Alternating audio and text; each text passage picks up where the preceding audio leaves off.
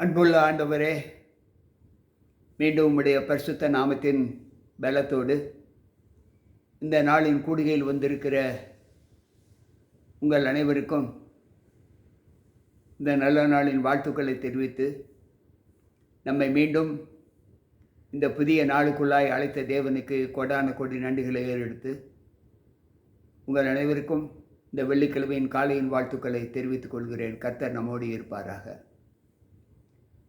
இந்த நாளிலும் தேவ சத்தியங்களை நாம் தியானிப்பதற்கு தெரிந்து கொள்ளப்பட்ட வேத பகுதி நீதிமொழிகளின் புஸ்தகம் 24வது அதிகாரத்திலிருந்து சில சத்திய வார்த்தைகளை நாம் கேட்க இருக்கிறோம்.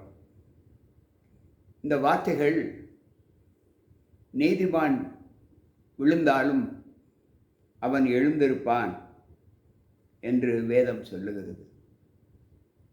எத்தனை முறை எழுந்திருப்பான் என்றால், அவன் 7 முறை விழுந்தாலும் எழுந்திருப்பான் என்று ஆண்டவர் சொல்லுகிறார்.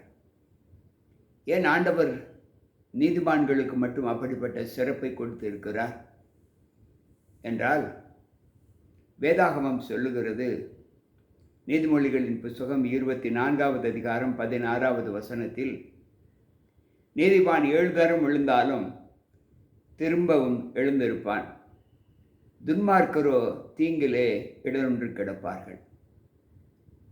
அன்பு பிள்ளைகளே, நீதிமான் 7 தரம் விழுந்தாலும் அவன் எழுந்திருப்பான் என்று ஆண்டவர் சொல்லுகிறார். துன்மார்க்கர் தீங்கிலே இடரொன்று கிடப்பார்கள் என்று சொல்லுகிறார். அப்படி என்றால் ஏதோ ஒரு சிறப்பு அம்சம் நீதிமானுக்கு ஆண்டவர் வைத்திருக்கிறார் என்றால், அது எவ்வளவு சிறப்பாக இருக்கும் என்பதை நாம் யோசித்து பார்த்தால், நீதிமான் ஒரு காலம் தன்னுடைய நீதியை விட்டு அவன் விலக மாட்டான் என்று ஆண்டவர் சொல்லுகிறார். 6 இக்கட்டுகளுக்கு உம்மை நீங்களாக்குவார், 7வதிலும் பொல்லாப்பு உம்மை தொடராது என்று சொல்லுகிறார். யோபுவின் புஸ்தகம் 5வது அதிகாரம் 18வது 19வது வசனத்தில், 6 இக்கட்டுகளுக்கு தேவன் உன்னை நீங்களாக்கி விடுவார், 7வதிலும் உன்னை தாங்குவார். அங்கு 7 தரம் விழுந்தாலும் நீதிமான் எழுந்திருப்பான் என்று சொல்லுகிறாரு. அதைத்தான் அங்கு ஆண்டவர் சொல்லுகிறார். 34வது சங்கீதம் 19வது வசனம் இப்படி சொல்லுகிறது. 34வது சங்கீதம் 19வது வசனம் ஆண்டவர் சொல்லுகிற வார்த்தை என்னவென்றால், நீதிமானுக்கு வரும் துன்பங்கள் அநேகமாய் இருக்கும், கர்த்தர் அவைகள் எல்லாவற்றிலும் நின்று அவனை விடுவிப்பார். நீதிமானுக்கு வரும் துன்பங்கள் அநேகமாய் இருக்கும். இந்த லோகத்தில் நீதிமான்களுடைய பாதை செவ்வையாக இருந்தாலும் அந்த நீதிமானை பின்தொடர்கிற துன்பங்கள் அநேகமாய் இருக்கும். ஆனாலும் அங்கு ஆண்டவர் சொல்லுகிறார், அவன் கர்த்தர் அவைகள் எல்லாவற்றிலும் இருந்து அவனை விடுவிப்பேன் என்று வாக்கு கொடுக்கிறார். அதே நீதிமொழிகளின் புஸ்தகம் 37வது அதிகாரம் 19வது வசனம் இப்படி சொல்லுகிறது, அவர்கள் ஆபத்து காலத்திலே வெட்கப்படாதிருந்து பஞ்ச காலத்திலே திருப்தி அடைவார்கள் என்று சொல்லுகிறார். அன்பு பிள்ளைகளே, நீதிமானுடைய இயக்கங்கள் ஆண்டவருடைய கண்களுக்கு முன்பாக எப்படி இருக்கிறது என்பதை நாம் யோசித்து பார்க்க வேண்டும். ஒவ்வொரு நாளும் தேவன் அவர்களோடு கூட இருந்து வாசம் பண்ணுகிற ஒரு அனுபவத்தை ஆண்டவர் அவர்களுக்கு கொடுக்கிறார். சற்று யோசித்து பார்த்தால், ஒவ்வொரு நாளும் நாம் தேவ அனுகூலத்தில் வாழ்கிற ஒரு ஆசீர்வாதங்களை தேவ சமூகத்தில் எப்படியெல்லாம் நாம் பெற்றிருக்கிறோம் என்பதை அந்த வேதம் நமக்கு சுட்டி காண்பிக்கிறது. மீகாவின் புஸ்தகத்தை நாம் வாசிப்போம் என்றால், மீகாவின் புஸ்தகம் 7வது அதிகாரம் 8வது வசனத்தை நாம் வாசிப்போம் என்றால், அங்கு ஆண்டவர் சொல்லுகிற வார்த்தை, மீகா 7:8 நாம் வாசிப்போம் என்றால், என் சத்துருவே எனக்கு விரோதமாக சந்தோஷப்படாதே, நான் விழுந்தாலும் எழுந்திருப்பேன், நான் இருளிலே உட்கார்ந்தால் கர்த்தர் எனக்கு வெளிச்சமாய் இருப்பார். சத்துரு நம்மை விழவிட்டு விட்டான் என்று அவன் சந்தோஷப்படுகிறான். நமக்கு எதிராளி நம்மை ஜெயித்து விட்டேன் என்று சந்தோஷப்படுகிறான். ஆனால் ஆண்டவர் சொல்லுகிறார், அந்த நீதிமான் விழுந்தாலும் நீ அதை குறித்து சந்தோஷப்படாதே. ஒருவேளை அவன் இருளில் இருந்தாலும் நான் அவனுக்கு வெளிச்சத்தை கொடுப்பேன் என்று ஆண்டவர் சொல்லுகிறார். அப்படி என்றால் நீதிமானின் துணை ஆண்டவர்தான் என்று வேதம் நமக்கு எவ்வளவு தெளிவாக சொல்லி இருக்கிறது. எனவே அன்பு பிள்ளைகளே, நாம் தேவனுடைய நியமத்தை தேடுகிற அளவில் நாம் ஆண்டவருக்கு எப்படி இருக்கிறோம்? எல்லா நிலைகளிலும் நாம் ஆண்டவரோடு இசைந்திருக்கிற ஒரு அனுபவத்தை பெற்றிருக்க வேண்டும் என்று ஆண்டவர் சொல்லுகிறார்.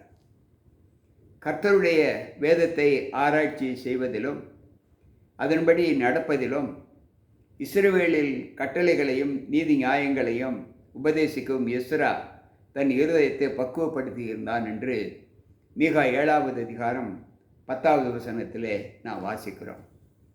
அன்பு பிள்ளைகளை, ஆண்டவர் ஒருவன் மீது பிரியம் வைப்பதற்கு என்ன காரணம் என்றால், அவர்கள் தேவனுடைய வார்த்தைகளை ஏற்று தேவனுடைய சொல்லுக்கு கீழ்ப்படுத்தி நடக்கிற பிள்ளைகள் யாராக இருந்தாலும் சரி, அவர்கள் ஐஸ்வர்யவான்களாக இருந்தாலும் சரி, மிகவும் எளியவர்களாக இருந்தாலும் சரி, பலம் குன்றியவர்களாக இருந்தாலும் சரி, பலம் குறைந்தவர்களாக இருந்தாலும் சரி, தேவனுடைய கண்கள் நீதிமான்கள் மேல் நோக்கமாய் இருக்கிறது என்று ஆண்டவர் சொல்லுகிறார்.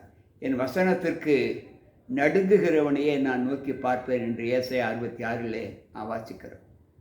அன்பு பிள்ளைகளை, இன்றைக்கு நம்முடைய வாழ்க்கையில் நாம் தேவனுக்கு பயந்து நடக்கிற ஒரு குணத்தை எப்படி நாம் பெற்றிருக்க வேண்டும் என்பதை சற்று யோசித்து பார்த்தால், ஆமோஸின் புஸ்தகம் 5வது அதிகாரம் 2வது வசனத்திலே அங்கு ஆண்டவர் சொல்லுகிற வார்த்தை, ஆமோஸ் 5:2 அவர் சொல்லுகிறார், இஸ்ரவேல் என்னும் கன்னிகை விழுந்தாள், அவள் இனி ஒருபோதும் எழுந்திருக்க மாட்டாள், அவள் தேசத்தில் விழுந்து கிடக்கிறாள், அவளை எடுப்பார் இல்லை.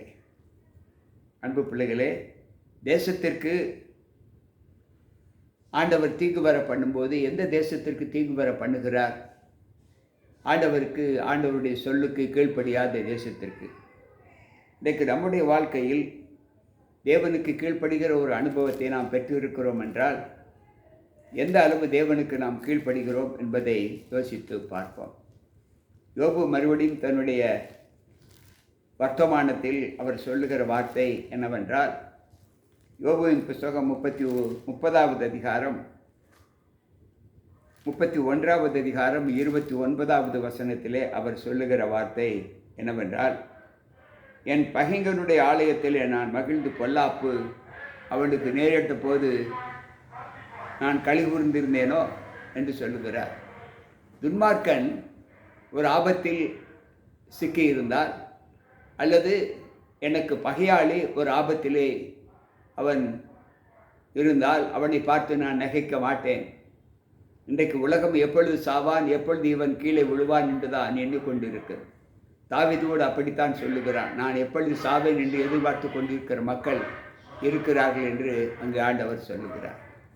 எனக்கு பிரியமான தேவ பிள்ளைகளே, இன்றைக்கு இந்த செய்தியிலிருந்து நாம் கற்றுக்கொள்ளக்கூடிய பாடம் என்னவென்றால், நாம் நன்மைக்கு விரோதமாக எந்த செயலிலும் ஈடுபட்டாலும் அது நம்மை ரட்சிப்பின் அனுபவத்திற்குள் கொண்டு செல்லாது என்பதை நாம் நன்கு உணர வேண்டும். நல்லவருக்கு நன்மை செய்வதை நாம் கற்றுக்கொள்ள வேண்டும், தீயவருக்கு நன்மை செய்வதை கற்றுக்கொள்ள வேண்டும். மற்றவர்கள் செய்த தீமைக்கு நாம் தீமையை செய்யக்கூடாது, தீமையை நன்மையினால் வெல்ல வேண்டும் என்று ஆண்டவர் நமக்கு கற்றுக் கொடுத்திருக்கிறார். இன்றைக்கு லோகத்தில் எத்தனையோ விதமான அபத்தங்களை நாம் பார்க்கிறோம். அன்பு பிள்ளைகளே, என்னுடைய வாழ்க்கையில், என்னுடைய சொந்த அனுபவத்தில் நான் கற்றுக்கொண்ட ஒரு பாடம், துரோகம் எனக்கு அநேகர் செய்திருக்கிறார்கள், ஆனால் அவர்களுக்காக நான் ஜெபித்தது தான் மட்டுமே என்று, அவர்கள் எந்த தீங்களும் நேரிட வேண்டும் என்று நான் ஒரு நாளும் அவர்களுக்கு விரோதமாக செயல்படவும் இல்லை, நினைத்ததும் இல்லை. ஆனால் என்னை விரோதித்தவர்கள் அநேகர் என்னை கேட்டால் நசுங்கி போய்விட்டார்கள் என்றுதான் நான் சொல்ல முடியும். அன்பு பிள்ளைகளே, அதனால் நான் ஒரு பெரிய நீதிமானோ சத்தியவானோ என்று நான் சொல்ல விரும்பவில்லை. நான் என்னால் மற்றவர்களுக்கு தீங்கு நேரிடாதபடி என்னுடைய வாழ்க்கையை நான் காத்து வருகிறேன். யாருக்கும் என்னால் ஒரு தீங்கோ ஒரு கெட்ட காரியமோ நான் செய்ய நினைத்தது கிடையாது. என்னை விரோதித்தவர்களுக்கு நன்மையைத்தான் செய்திருக்கிறேன். அதனால் ஆண்டவர் என்னை இந்த அனுகூலத்தில் வைத்திருக்கிறார். அது எனக்கு மிகுந்த பெருமையாக இருக்கிறது. அன்பு பிள்ளைகளே, நாமும் அந்த பழக்கத்திலே, இந்த லோகத்தில் நாம் வாழ்ந்து கொண்டு இருக்கிற லோகம் கண்ணி வைக்கிற லோகம், தீங்கை உண்டு கொண்டுகிற லோகம், பகையை ஒருவருக்கு உருவாக்குகிற லோகம். அந்த லோகத்தில் மற்றவர்களைப் போல நாமும் பதிலுக்கு பதில் செய்ய வேண்டுமென்றால் நாம் கிறிஸ்துவின் அன்பை எப்படி பரிமாறிக்கொள்ள முடியும்? தம்முடைய கன்னத்தில் அறைந்தவரை கூட, ஈட்டியால் குத்தினவரை கூட, முள்முடி சூட்டினவர்களை கூட ஆண்டவர் சொல்லுகிறார், இவர்கள் தங்களுக்கு இன்னதென்று தெரியாது செய்கிறார்கள். அன்பு பிள்ளைகளே, சற்று யோசித்து பார்ப்போம். யாருக்கு வரும் இந்த சகிப்புத்தன்மை? தன்னை கொன்றவர்களை கூட மன்னியும் என்று சொல்லி இருக்கிறாரே. அன்பு பிள்ளைகளே, சற்று யோசித்து பார்ப்போம்.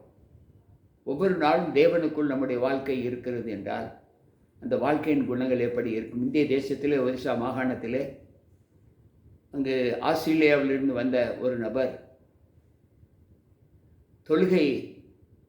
தொழு நோயாளியை பார்த்து அவருக்கு தன்னுடைய சொந்த கைகளினால் அந்த நோயாளியை தொட்டு குணப்படுத்தி அவர்களை குணமாக்க வேண்டும் என்ற ஒரு எண்ணம் அவருக்கு வந்தபடியால் அந்த தேசத்தில் தங்கிவிட்டார்,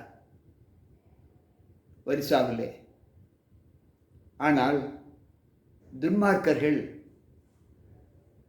அவரையும் அவருடைய மகனையும் ஜீப்பிலே எரித்து விட்டதாக நாம் எல்லோரும் அறிவோம். ஆனால் அவருடைய துணைவியார் அவர்களை மன்னியும் என்று சொன்னதாக செய்தியை நாம் எல்லோரும் கேள்விப்பட்டு இருக்கிறோம். நன்மை செய்தால் மேன்மை இல்லையோ, நன்மை செய்யாதிருந்தால் பாவம் வாசல் பள்ளியில் கிடக்கும். இன்றைக்கும் எனக்கு அன்பான தேவ பிள்ளைகளே, அந்த நல்ல மனிதருடைய உள்ளம் எப்படி அந்த மக்கள் மீது வாஞ்சிக்கிறது என்பதை சற்று யோசித்து பார்ப்போம்.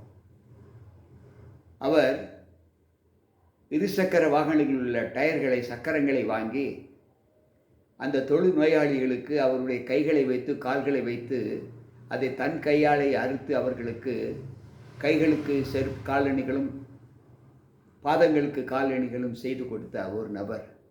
இந்த இரக்கம் எப்படி வரும்? யோசித்து பார்ப்போம். நாம் நன்மை செய்வதை கற்றுக்கொள்ள வேண்டும். ஏனென்றால் நாம் விசுவாசிக்கிற தேவன் நன்மை செய்வதற்குத்தான் இந்த லோகத்தில் வந்தார்.